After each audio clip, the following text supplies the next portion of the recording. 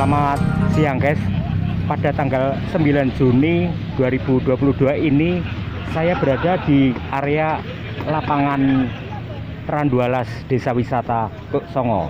Sesaat lagi akan dibuka pameran bonsai nasional dari kontestasi Laras Rasa Bumi Sailendra. Nah, bagaimana prosesi pembukaan? Peter, bagaimana Anda mengapresiasi memberikan pameran trofi ini, Pak? Ikuti liputan berikut ini.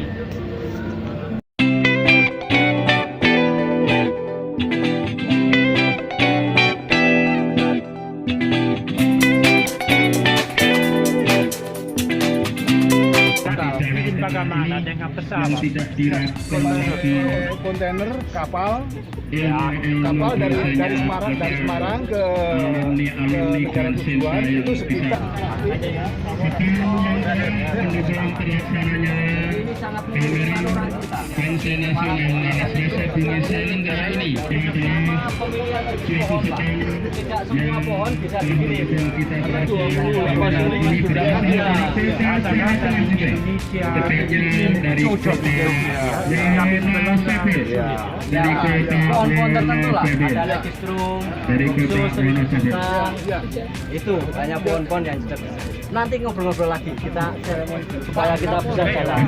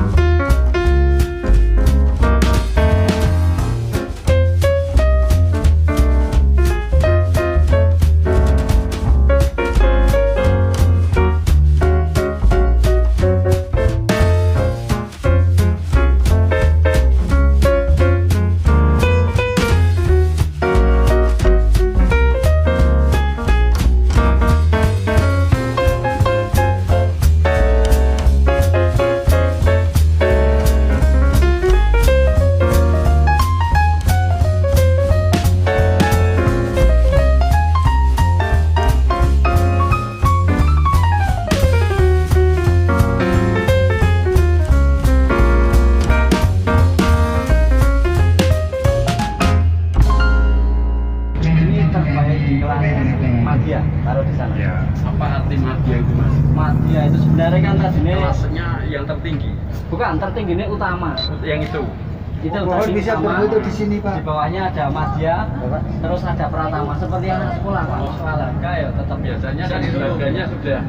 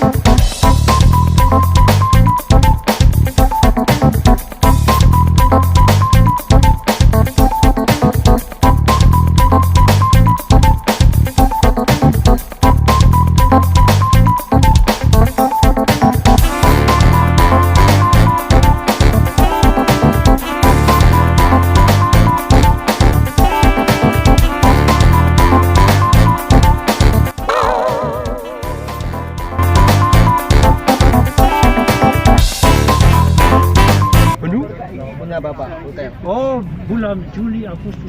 Ya, Bulan mantap. baik, ya. Semoga kerjasama ini bisa Ya, memajukan pasti. semua. Ada September ada acara lagi ya.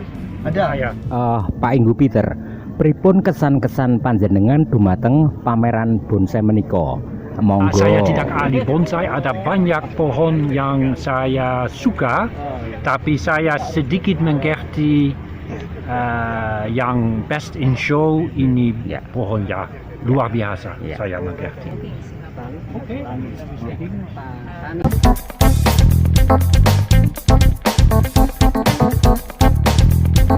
Pak Ibu Peter, bagaimana Anda mengapresiasi event pameran bonsai di sini, Pak?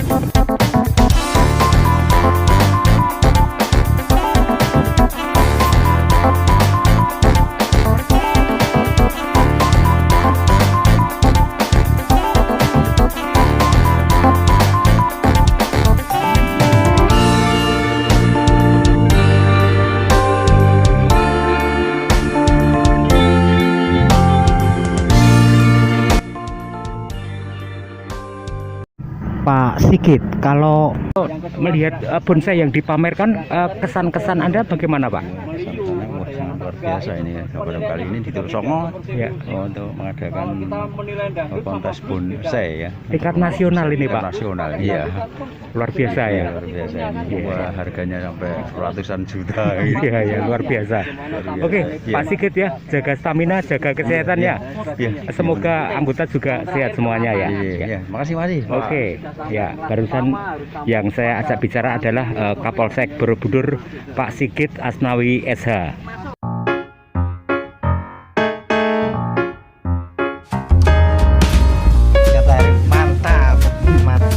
Nah, kalau di Pratama dapat predikat bendera merah ya artinya baik sekali. Besok boleh naik kelas. Oh, Di kelas madya. Kalau di kelas madya hanya dapat bendera hijau, belum bisa naik kelas. Masih harus diperbaiki lagi. Cara memperbaiki adalah dibuka rapot dari juri, apa nilai terendah, itu yang diperbaiki.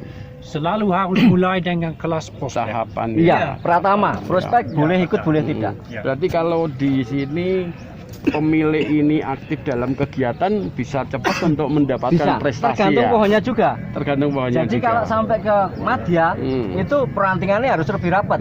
Kalau sampai utama sudah tidak boleh pakai alat bantu, tidak boleh ada jejak tangan manusia seperti bekas kawat, bekas potongan. Sudah hilang. Iya, jadi kalau misalnya kita pengen cepet tapi bekas kawat ini masih ya terhenti dulu bonsai itu sampai perfect baru naik kelas gitu. Tapi ada juga pemilik yang punya baik tapi tidak diikut sertakan juga tidak Banyak. bisa mencapai ke merah ya. Iya. Ini mana posisinya? Oh, di sini Pak, pialanya untuk kelas Pratama. Pohon waru Pak Maladi. Banyak tau kita pohon waru.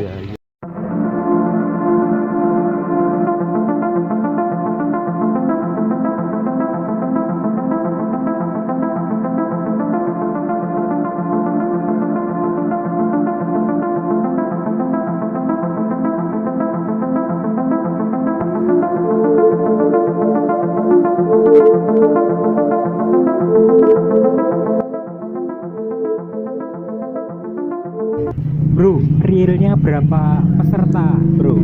808 peserta. Oh, ini Dari Jawa Barat, Jawa Tengah, Jawa Timur. Sebenarnya ini kelas nasional, tetapi di tahun ini selepas pandemi itu kan banyak sekali yang tertunda eventnya, sehingga banyak event bersamaan.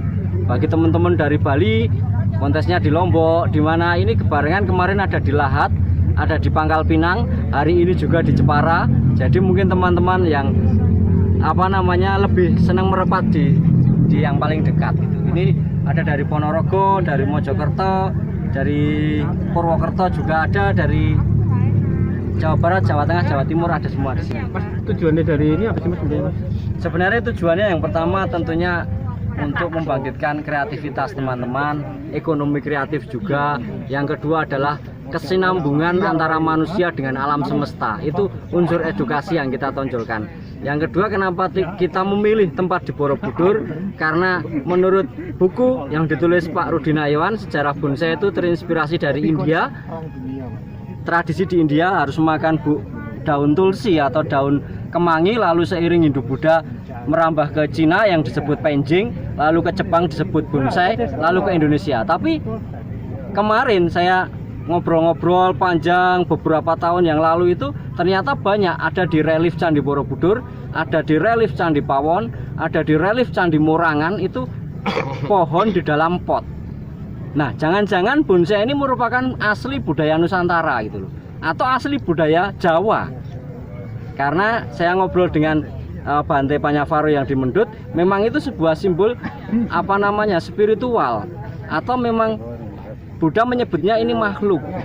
Jadi sering ditanam di dalam rumah untuk simbol ekologi, untuk kesehatan oksigen rumah dan lain sebagainya.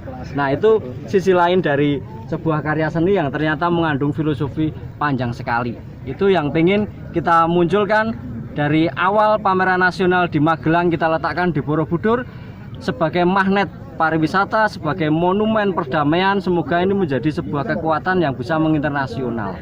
Mas, kalau ini ada berapa kelas Mas? Ada 4 kelas. Kelas prospek, kelas pratama, kelas madya, kelas utama. Penilaiannya seperti apa Mas? Penilaiannya kalau kelas prospek hanya pada gerak dasar, dinilai dari akar sampai batang. Kalau kelas madya sampai kelas utama ada 4 kriteria penjurian. 1, penampilan. Penampilan itu proporsi, komposisi, anatomi, dimensi dan lain sebagainya. Bagaimana arah cabang dan lain sebagainya. Yang kedua adalah gerak dasar. Gerak dasar adalah setiap pohon ini mempunyai karakter masing-masing. Ada 20 gerak dasar di dalam ilmu bonsai. Wah, panjang itu nak ceritakan. Ada 5 gerak dasar yang paling kuno, ada formal, informal, cascade, slanting, dan merunduk. Nah, itu. Nah, yang ketiga adalah keserasian. Bagaimana keserasiannya dengan pot, dengan warna media, dengan kesantuannya, dengan macam-macam. Terus yang terakhir adalah kematangan. Bagaimana perantingannya sampai ke cucu ranting, cicit ranting. Ya, dari keempat kriteria penjurian itu bisa diringkas menjadi 2, yaitu tentang rasa dan logika. Jadi yang 2 tadi tentang bagaimana perasaan seseorang melihat bonsai, koyo angker tenan, koyo tua tenan, atau cantik sekali, atau rindang. Yang kedua adalah tentang teknisnya, perantingannya harus seperti apa, arah komposisi. Jadi sebenarnya diringkas menjadi 2, yang tersurat dan yang tersirat, seperti itu. Bonsai itu tidak sekedar jadi hobi, tetapi juga ada spiritnya gitu ya? Oh, betul sekali, karena apapun kalau benda berhubungan dengan alam semesta tentu punya energi positif untuk diri kita. Itu Mas Vijay? Ya, siap. Mas. Ini Beritanya sangat luar biasa, cantik minimal luar biasa. gitu. Di awal pelonggaran ini semoga ini bisa menjadi satu awal yang baik ya untuk menyikapi kaitannya dengan usaha dan hiburan dan kembali ke Go Green. Ini sangat cantik, luar biasa, dan saya berharap panitia unsur pecinta ini bisa ditindaklanjuti. Syukur bagi tiap tahun diadakan di Borobudur. Kita bangga luar biasa, cantik, dan membuat di hati itu adem, luar biasa. Sip. Pak Inggu Peter, bagaimana Anda mengapresiasi event pameran bonsai ini? Cara sedikit, saya coba di bahasa Indonesia belajar. Ya, saya dari Villa Borobudur Resort di sana. Saya senang sekali ada aktivitas bonsai di sini dari komunitas Magelang, bekerja sama dengan Duksongo di sini. Dan saya yakin ini pasti menjadi sukses. Ini tertarik sekali untuk orang Indonesia, untuk orang bule juga. Ini luar biasa. Saya senang juga setelah COVID bisa mulai jaga lagi dengan event seperti ini. Ini penting juga untuk promosi Borobudur, promosi Java, dan untuk ekonomi daerah. So, terima kasih banyak untuk inisiatif ini, dan saya senang sekali kami bisa membantu bersama Villa Borobudur Resort untuk memastikan ini menjadi sukses. Tapi saya yakin ini pasti sukses. Terima kasih banyak. Terima kasih Pak Inggu. Oke?